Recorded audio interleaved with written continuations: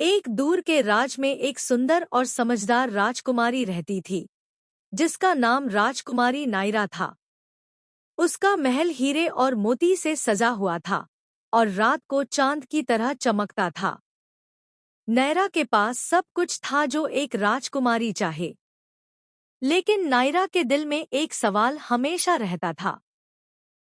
क्या लोग मुझे सिर्फ इसलिए इज्जत देते हैं क्योंकि मैं राजकुमारी हूँ, या फिर मेरी अपनी शख्सियत की वजह से?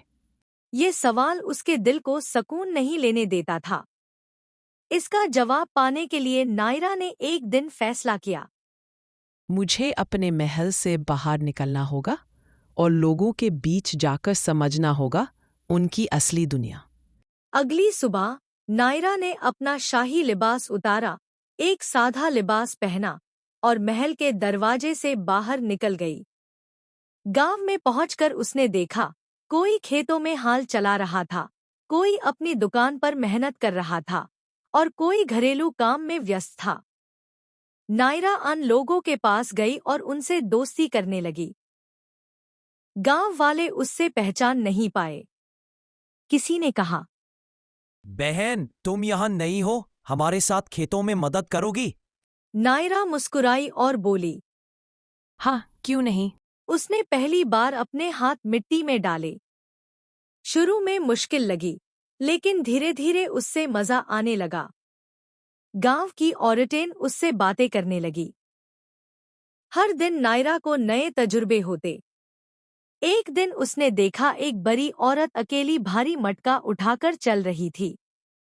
नायरा ने तुरंत मटका उठाया और बोला, आप फिक्र ना कीजिए, मैं ले चलती हूँ। और माँ ने दुआ दी। बेटियां तो घर की रोशनी होती है, तुम्हारी मुस्कान में बरकत है। बाजार में पहुंचकर उसने देखा, लोग अपनी छोटी छोटी दुकानों पर मेहनत कर रहे थे।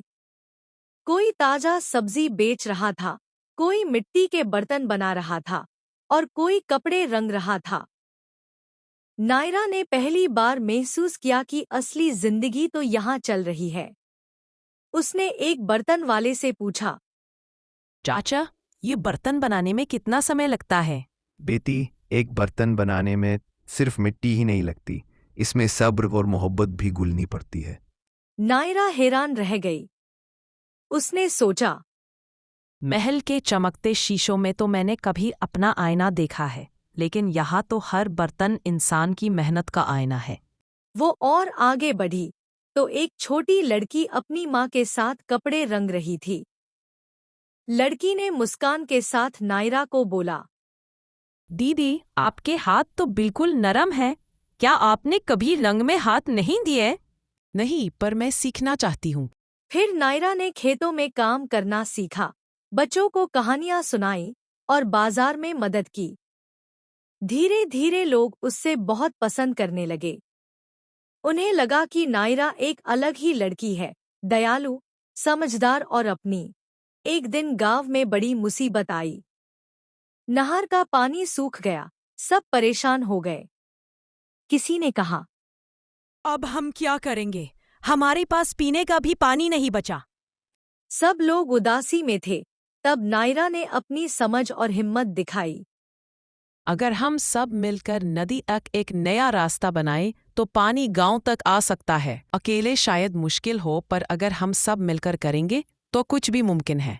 गांव वाले तैयार हो गए। दिन रात सब मिलकर काम करने लगे।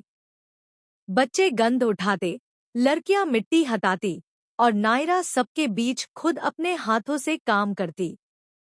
कुछ दिनों बाद नदी का पानी गांव के नहर में आ गया। जब पानी नहर से बाहर निकला तो सब खुशी से झूम उठे। गांव के लोग उससे और भी प्यार करना लगे। उन्हें लगा, ये लड़की सिर्फ प्यारी नहीं, बल्कि समझदार और बहादुर भी है। फिर एक दिन महल के सिपाही नायरा को लेने आए। राजकुमारी नायरा, राजा साहब आपको वापस बुलाना चाहते हैं।